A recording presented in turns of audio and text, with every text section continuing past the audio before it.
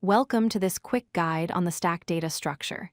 Today, we are going to understand exactly what a stack is, how it behaves, and why it is such a fundamental concept in computer science. Let's get started. First, let's define it. A stack is a linear data structure. The best way to visualize it is to think about a physical stack of plates in your kitchen. You place plates one on top of another. When you need a plate, you take the one from the top.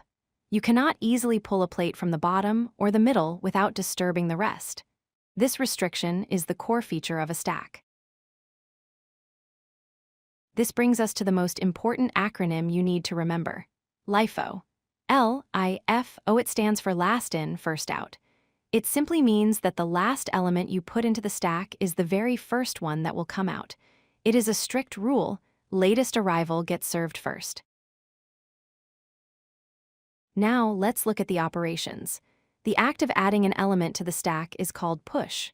When you push an item, it goes to the very top of the pile. If your stack currently holds 10 and 5, pushing 20 puts 20 right on top of 5.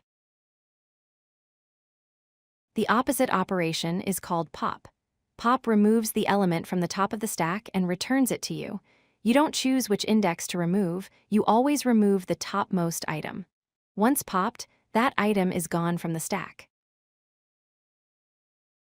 There are two other helpful operations. First is peek, sometimes called top. This lets you look at the top element's value without removing it. Second is IsEmpty. This is a simple check to see if the stack has 0 elements, which is important to prevent errors before you try to pop something. Speaking of errors, there are two main states to watch out for. Stack overflow happens when you try to push more items than the stack can hold, common in fixed-size memory or deep recursion. Stack underflow happens when you try to pop an item from an empty stack. Always check if the stack is empty first. One reason stacks are so popular is their speed. Pushing, popping, and peeking are all big O of 1 operations. This means they happen instantly, in constant time, because we never have to shift other items around or loop through the list. However, searching for a specific item is slower, big O of N, because you might have to dig through the whole stack. Where do we actually use this? Everywhere. The undo button in your text editor uses a stack to save your actions. Web browsers use a stack for the back button.